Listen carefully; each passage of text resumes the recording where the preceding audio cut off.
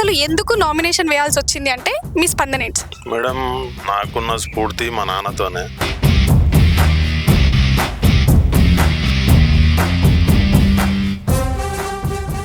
Nomination వేయడం ఒక ఎత్తు అయితే పోటీలో పాల్గొనేటువంటి వాళ్ళ బరిని తట్టుకోవడం కూడా మరొక ఎత్తు. ఆల్రెడీ 5 సార్లు ఇదే డివిజన్ కార్పొరేటర్ గా మీ తోటి అభ్యర్థి బరిలో ఉన్నారు. మీకే ఎందుకు ఓటేయాలి అంటే మీరు ఏం చెప్తారు? నాకు ఎందుకు ఓటేయాలంటే ఒక ఆరోపణ కూడా ఉంటుంది కామన్ గా, ఒక తండ్రి తర్వాత రాజకీయ వారసుడు మళ్ళీ డివిజన్ కార్పొరేటర్ గా వేశారంటే ఏదైనా లాభం ఆశించి డబ్బు ఆశించి అనే వాళ్ళకు కూడా మీ సమాధానం ఏంటి? నాకు కానివ్వండి, కరీంనగర్లకు కానివ్వండి, అందరికి తెలుసు నేను పైసల కోసం రాలే. ఇప్పుడు చాలా మందిలో ఒక ప్రశ్న ఉంటది, మామూలుగా ఇంతకాలం అభివృద్ధి చేసిన కార్పొరేటర్స్ ఉన్నారు, కానీ ఈ 32వ డివిజన్కి వస్తే అసలు ఇన్ని ఇయర్స్ లో అభివృద్ధి పనులు జరిగినాయా? ఒకవేళ జరగకుండా ఆగిపోయినటువంటి పనులు ఏంటి? ఇప్పుడు ఇక్కడ ఉన్న పనులు అయితే చాలా మందిలో ఒక ఆలోచన కూడా ఉంది, అధికారంలో ఉన్న పార్టీ అని ఒకవైపు మొగ్గు చూపిస్తే ఇప్పుడు ఒకవేళ కాంగ్రెస్ ని గెలిపించుకొని నవీద్ గారిని డివిజన్ కార్పొరేటర్ గా చేస్తే ఆయన చేసే మొదటి అభివృద్ధి పని ఏంటి? మెయిన్ గా యూత్ కి కానివ్వండి, అదే విధంగా స్కిల్ డెవలప్మెంట్ కానివ్వండి. మళ్ళీ ఇంకోటి ఏంటంటే మా కుటుంబం సభ్యుల నుంచి ఏం మాట వస్తుందంటే ఒక్క వ్యక్తే గెలవడానికి కారణం ఏంటి? ఒక్క కార్పొరేటర్ ఒకరే ఇంత కంటిన్యూగా గెలవడానికి కారణం ఏంటి? అసలు ఓట్ల మార్పు జరుగుతుంది, కొన్ని ఫేక్ ఓట్స్ కూడా ఉన్నాయి అని అంటున్నారు. అది ఎంతవరకు నిజం, ఎంతవరకు అబద్ధం? మీ మాటల్లో చెప్పండి. కరెక్టే మేడం, మీరు అన్నది బాగా లాజిక్ మాట మాట్లాడారు. Hi, welcome to Suman TV Karimnagar. నేను మీ సాకేత. ఈరోజు 32వ డివిజన్ కి సంబంధించి కార్పొరేటర్ గా కాంగ్రెస్ అభ్యర్థి నామినేషన్ వేశారు. ఆ అభ్యర్థి మన దగ్గర అవైలబుల్ గా మనతో మాట్లాడడానికి, చాలా విషయాలు వివరించడానికి అందుబాటులో ఉన్నారు. ఎంఏ ఆహద్ నవీద్ గారు. నవీద్ గారిని అడిగి అసలు విషయాలేంటి, వారు నామినేషన్ వేయడానికి వెనుక ఉన్నటువంటి కారణాలేంటి అన్ని వారి మాటలోనే వినే ప్రయత్నం చేద్దాం. సార్ నమస్కారం. నమస్కారం. సార్, నవీద్ గారు అంటే ఇప్పుడు రాజకీయాలకు కొత్తగా సుపరిచితం, కానీ మీ ఫ్యామిలీ బ్యాక్గ్రౌండ్ వచ్చేసి రాజకీయమే. అసలు ఎందుకు నామినేషన్ వేయాల్సి వచ్చింది అంటే మీ స్పందన ఏంటి? మేడం, నాకున్న స్ఫూర్తి మా నాన్నతోనే. ఇప్పుడు మా నాన్న చనిపోయి దగ్గర 2 months దగ్గర అవుతుంది. అయితే దాన్ని, ఆ లీగసీని కంటిన్యూ చేయాలని కాంగ్రెస్ పార్టీ నుంచి పెద్దలు శ్రీధర్ బాబు గారు కానివ్వండి, పున్నం ప్రభాకర్ గారు కానివ్వండి, అదేవిధంగా సుడా చైర్మన్ గారు నరేందర్ రెడ్డి గారు, అదేవిధంగా రాజేంద్రరావు సాబ్ ఇన్ఛార్జ్ ఉన్నప్పుడు వాళ్ళందరూ ప్రోత్సహించి, లేదు మీ నాన్న లేదని బాధపడకూరి, మీరు ముందు కోరి మేము వెనుక ఉన్నాం, మీ నాన్న లీగసీ కంటిన్యూ కావాలని నన్ను పొలిటిక్స్లో తీసుకొచ్చారు. సార్, ఆల్రెడీ నాన్నగారు అని చెప్తూనే ఉన్నారు, టీపీసీసీ ఆర్గనైజింగ్ సెక్రటరీగా పనిచేసినటువంటి సీనియర్ మోస్ట్ కాంగ్రెస్ నాయకులు సమాద్ నవాబ్ గారి గురించి మీ మాటలు, అంటే వారు చేసిన పనులు ఏంటనేది వారేంటో జనానికి తెలుసు, వారు చేసిన పనుల గురించి మీ మాటల్లో వివరంగా. ఇప్పుడు మా నాన్న మెయిన్గా సోషల్ వర్క్కి బాగా ఫస్ట్ ప్రియారిటీ ఇస్తుండే. అదేవిధంగా ఖాదిమానే మిల్లత్ అని ఒక 25 నుంచి 30 years నుంచి అది ఒక మన సొసైటీని ఫామ్ చేసి దాని ద్వారా పేద ప్రజలకు ఎట్లా హెల్ప్ చేయాలి, ఎట్లా ముందుకు తీసుకుపోవాలి, దానిలో భాగంగా దానిలో ఇంట్రెస్ట్ ఫ్రీ లోన్ కానివ్వండి, లేకుంటే మెడికల్కి ఏమన్నా కావాలి గోళీలకు మందులకు కానివ్వండి, దానికి అన్నిటికీ ఫైనాన్షియల్ అక్కడి నుంచి పోతుండే. చాలా మంది అంటే చాలా ఏళ్ళ అనుభవజ్ఞులు చాలా ఇయర్స్ పార్టీలో కొనసాగి ఈ మధ్య మనందరికి దూరం అయ్యారు కాబట్టి, అంటే లెగసీ కంటిన్యూషన్ అనే మాట మీరు అన్నదే కాబట్టి, మీరు నామినేషన్ వేసినప్పుడు అసలు జనాల ఆలోచన ఎట్లా ఉండే, అంటే మిమ్మల్ని రిసీవింగ్ ఎట్లా ఉండే మీ డివిజన్ ప్రజలు? మా డివిజన్ ప్రజల నుంచి నాకు ఎట్లా ఉండే అంటే, మీరు అంటే నేను ఇక్కడ బై బర్త్ నుంచి ఇదే వాడ 32 డివిజన్ నుంచే. అయితే మా వాడల ప్రజలు ఏమన్నారంటే, మీ నాన్న చేసిన కొన్ని మంచి పనులకు మేము రుణం తీర్చలేకపోయినాం, అది మనం మీకు ఓటేసి రుణం తీసుకుంటామని వాళ్ళు ఒక మాట చెప్పారు. దాంతో నాకు ఇంకా ధైర్యం వచ్చింది. అంటే నామినేషన్ వేయడం ఒక ఎత్తు అయితే పోటీలో పాల్గొనేటువంటి వాళ్ళ బరిని తట్టుకోవడం కూడా మరొక ఎత్తు. ఆల్రెడీ 5 సార్లు ఇదే డివిజన్ కార్పొరేటర్ గా మీ తోటి అభ్యర్థి బరిలో ఉన్నారు. మీకే ఎందుకు ఓటేయాలి అంటే మీరు ఏం చెప్తారు? నాకు ఎందుకు ఓటేయాలంటే, ఇప్పుడున్న గవర్నమెంట్ కాంగ్రెస్ గవర్నమెంట్. రెండవది ఏంటంటే, ఇద్దరు మినిస్టర్లకు కానివ్వండి, ఇక్కడ ఉన్న సుడా చైర్మన్ కానివ్వండి, అదేవిధంగా మన రాజేంద్రరావు సాబ్ కానివ్వండి, అందరితోని మాకు మంచి సంబంధాలు ఉన్నాయి. ఈ వాడకు మనం మంచి ఫండ్ తీసుకొద్దాం, ఈ వాడకు డెవలప్మెంట్ చేద్దాం అనే విధంగా నేను ముందుకు పోతున్నాను. చాలా మంది ఒక ఆరోపణ కూడా ఉంటుంది కామన్ గా, ఒక తండ్రి తర్వాత రాజకీయ వారసుడు మళ్ళీ డివిజన్ కార్పొరేటర్ గా వేశారంటే ఏదైనా లాభం ఆశించి డబ్బు ఆశించి అనే వాళ్ళకు కూడా మీ సమాధానం ఏంటి? నాకు కానివ్వండి, కరీంనగర్లకు కానివ్వండి, అందరికి తెలుసు నేను పైసల కోసం రాలే. నేను మా నాన్న పేరుకి ఇంకా ముందుకు తీసుకుపోవాలి, ఆయన చేసిన మంచి పనులకు, ఆయన ఉన్న మిషన్కి ముందుకు తీసుకుపోవాలనే వచ్చిన తప్ప. కానీ వేరే నాకు రాజకీయ పదవి కానివ్వండి, పైసలు సంపాదించాలని నాకేం ఆశ లేదమ్మా. కాంగ్రెస్ నుండి నామినేషన్ వేశారు, అసలు కాంగ్రెస్ పార్టీ మీకే బీఫామ్ ఇస్తుందనే భరోసా కానీ ఏమైనా నమ్మకం కానీ మీకుందా? ఎందుకుంది? పోటీలు అందరు ఉంటారు, దానిలో మళ్ళీ యూత్లా, ఎడ్యుకేటెడ్లా, మళ్ళీ అదే విధంగా నాకున్న పేరు కానివ్వండి, మా నాన్నకున్న పేరు కానీ అదే ధీమాతో నేనున్నా. బీఫామ్ ఖచ్చితంగా నాకు ఇస్తారని ఆశతోనే ఉన్నా. ఇప్పుడు చాలా మందిలో ఒక ప్రశ్న ఉంటుంది, మామూలుగా ఇంతకాలం అభివృద్ధి చేసిన కార్పొరేటర్స్ ఉన్నారు, కానీ ఈ 32వ డివిజన్కి వస్తే అసలు ఇన్ని ఇయర్స్లో అభివృద్ధి పనులు జరిగినాయా? ఒకవేళ జరగకుండా ఆగిపోయినటువంటి పనులు ఏంటి?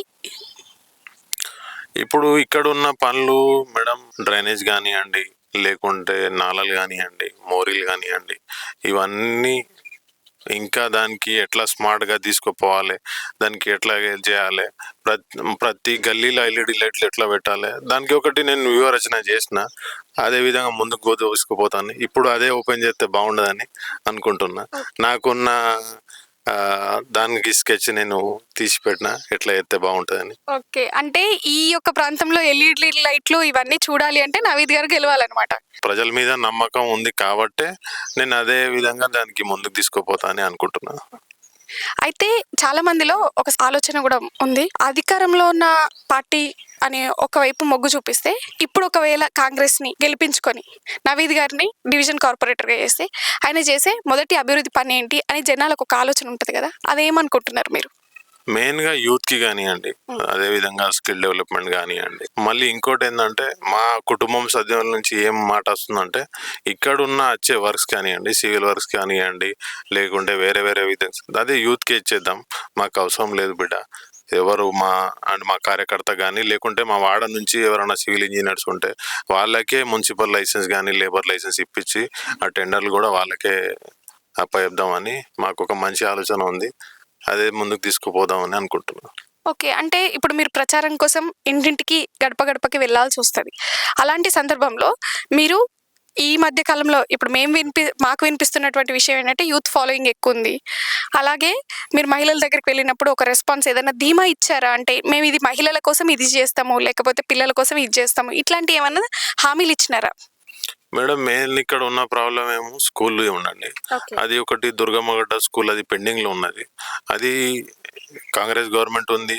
ప్లస్ ఏంటంటే గెలిచినా ఓడినా నేను అది ఒకటి పాయింట్గా తీసుకొని అది కంప్లీట్ చేద్దామని అనుకుంటున్నా. పవర్ ఇస్తే ఇంకా కొంచెం తొందరగా కంప్లీట్ చేద్దామని అనుకుంటున్నా.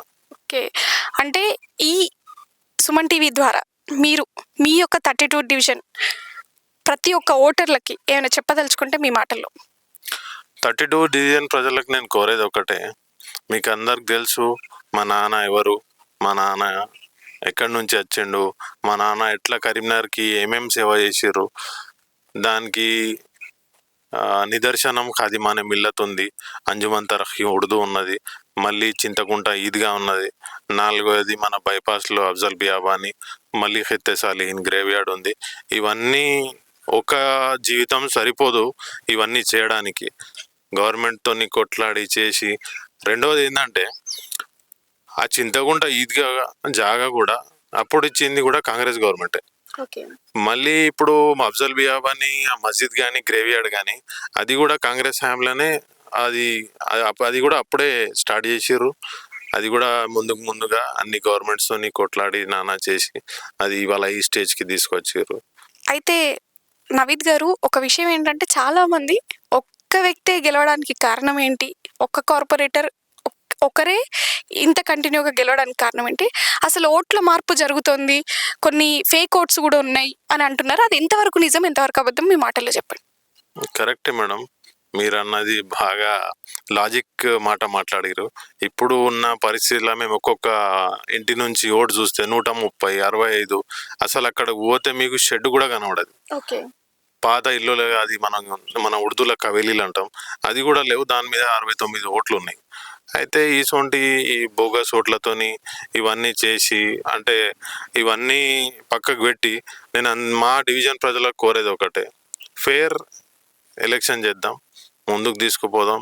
ఈ వాడకి మంచి చేద్దాం అంటే నేను ముందుకు వచ్చిన నాకు సహకారం ఇవ్వండి. నేను ఈ వాడకి ఇంకా ముందు తీసుకుపోతా.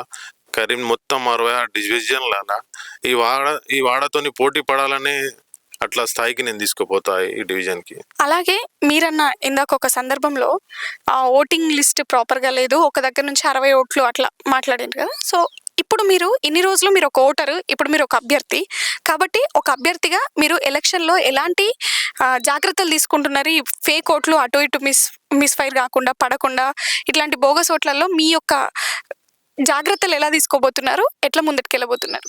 ఇప్పుడు ఉన్న ఎలక్షన్ కమిషన్ కానివ్వండి, రిటర్నింగ్ ఆఫీసర్ కానివ్వండి, అందరికీ నేను కోరేది ఒకటే, ఇక్కడున్న బోగస్ ఓట్లకు మీరు ఎట్లా ఆపుతారు? నాకైనా మంచిగా మీకు తెలుసు అది ఎట్లా ఆపితే బాగుంటుందని.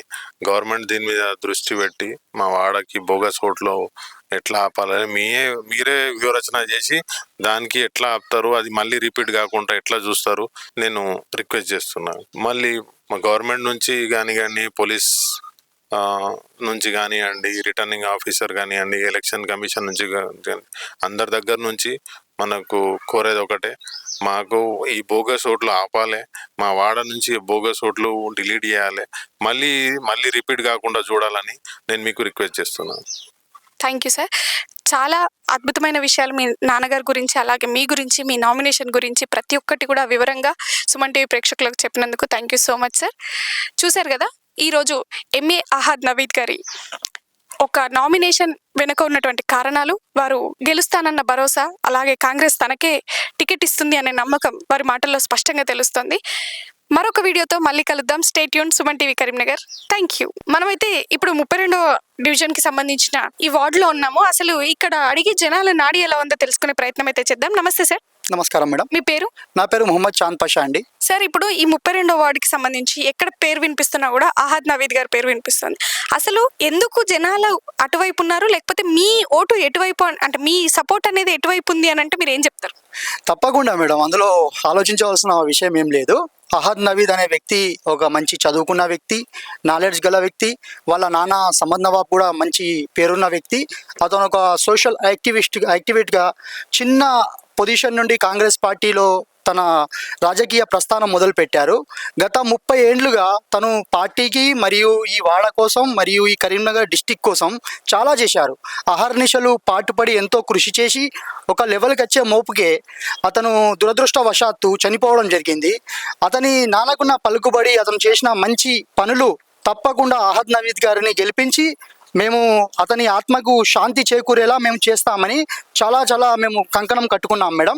అహాద్ నవీద్ అనే వ్యక్తి, అతను బిజినెస్ మ్యాన్. అతనికి రాజకీయాల్లో రావడానికి అంత అవసరం కూడా లేదు. ఎందుకంటే ప్రస్తుత పరిస్థితుల్లో ఉన్న రాజకీయ పరిస్థితులకు అనుగుణంగా తను రాజకీయాలకి రావాలని కొంతమంది కాంగ్రెస్ పెద్దలు నిర్ణయించడం వలన వారి నిర్ణయానికి గౌరవించి అహాద్ నవీద్ అనే వ్యక్తి రాజకీయ ప్రవేశం చేస్తున్నారు. ఆ అల్లా దయ వల్ల అతను తప్పకుండా గెలుస్తాడు. వాళ్ళ నాన్న చేసిన మంచి పనులు, తనకున్న అనుభవం, తనకున్న పరిజ్ఞానాన్ని బట్టి ఈ వాడకు అతను గెలిస్తే మంచి సూటబుల్ క్యాండిడేట్ అని మేము ఆశిస్తున్నాం. Okay sir, thank you sir, thank you so much. మనము 32వ డివిజన్లో అయితే ఉన్నాము. ఇక్కడ ఇంకొంతమంది ఉన్నారు, వారిని అడిగి కూడా తెలుసుకునే ప్రయత్నం చేద్దాం. నమస్తే సార్. నమస్తే. మీ పేరు? నా పేరు జమీల్ ఖాన్. ఓకే, ఈ 32వ డివిజన్ నుంచి అసలు ఎవరు అభ్యర్థిగా కార్పొరేటర్గా గెలుస్తారని మీరు అనుకుంటున్నారు? మనమైతే ఎప్పుడైనా కాంగ్రెస్కే వేసినాం. ఇప్పుడైతే నవీద్ ఫహాద్ అని ఆయన కాంగ్రెస్ నుంచి పోటీ చేస్తున్నాడు. 32 డివిజన్ నుంచి ఆయనకి ఓటేయాలని మనకి అది అనుకున్నాం. ఎందుకు అంటే ఆయనని ఎందుకు చూస్ చేసుకుంటున్నారు? ఆయన బ్యాచ్ యూత్ ఐకానిక్. ఇంకా ఏంటంటే ఫ్యూచర్లో మనకి ఎప్పుడైనా సాయం చేస్తారు. ఆయన పని ఎప్పుడైనా అలా ఫాదర్ కూడా యాక్టివ్ ఉండే, మనం కూడా అది ఆలోచించి మనం దానికి కంటిన్యూ అవుతా అని మనం ఒక థింకింగ్ నుంచి ముందుకు వెళ్తున్నాం. ఓకే, ఒకవేళ ఈ వార్డులో ఉన్నటువంటి మేజర్ సమస్య ఏంటి అంటే మీరు ఏం చెప్తారు? డెవలప్మెంట్ అయితే ఇప్పటి వరకు ఏం లేదు. ఇప్పుడు ఏంటంటే రోడ్లు మొత్తం డ్రైనేజ్లు, రోడ్డు వ్యవస్థ మంచిగా లేదు ఇప్పటి వరకు.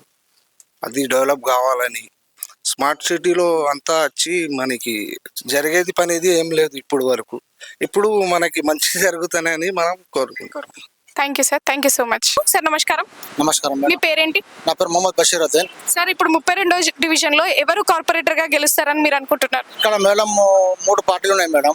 ఒకటి ఎంఐఎం, ఒకటి కాంగ్రెస్, ఒకటి టిఆర్ఎస్. ఇంతకుముందు మేడం 4 సార్ల ఎంఐఎం పార్టీ వచ్చింది. ఈసారి మాత్రం ప్రజలు మార్పు కోరుకుంటున్నారు. ఎందుకంటే 20 సంవత్సరాల నుంచి డెవలప్ లేదు ఇక్కడ మేడం. ఇప్పుడు మార్పు కోరుకుంటున్నారు. వాళ్ళ నవీద్ అనే యంగ్ యూత్ పిల్లగాడు నిలబడ్డారు. వాళ్ళ నాన్న ఇంతకుముందు కాంగ్రెస్ 20 సంవత్సరాల నుంచి general secretary, TPCC general secretary కూడా ఉండే. వాళ్ళ నాన్న కూడా మంచి మంచి పనులు కూడా చేశారు. వాళ్ళ నాన్న ఇప్పుడు చనిపోయి ఒక 2-3 మంత్ అయింది. ఇప్పుడు వాళ్ళ నాన్న కొడుకుకి ఇప్పుడు వాళ్ళ టికెట్ ఇస్తారు మేడం. ఇప్పుడు ఆయననే కాంగ్రెస్ గెలుస్తుంది మేడం. ఇక్కడ కరీంనగర్లో కాంగ్రెస్ మేయర్ కూకుంటారు madam. Thank you sir, thank you so much.